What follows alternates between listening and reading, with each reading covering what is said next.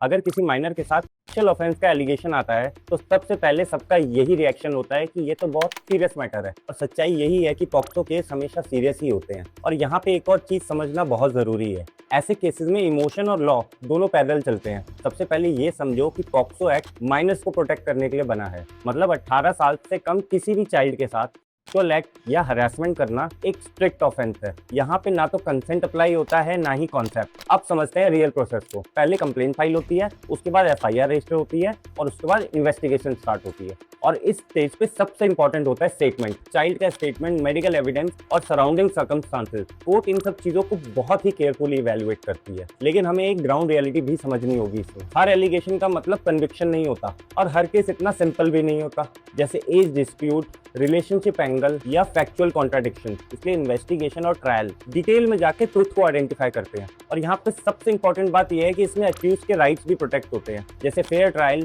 Proper defence और evidence की scrutiny. ये सब इक्वली इंपॉर्टेंट है क्योंकि लॉ का पर्पस सिर्फ पनिशमेंट नहीं, जस्टिस भी है। और जस्टिस तभी पॉसिबल है जब दोनों साइड्स को तरीके से सुना जाए। इसलिए पॉक्सो की रियलिटी बहुत सिंपल है, ये बहुत पावरफुल लॉ है और होना भी चाहिए। लेकिन हर केस को समझना पड़ता है इमोशन से नहीं, एविडेंस से। और सबसे जरूरी चीज, protection of child is protection of justice.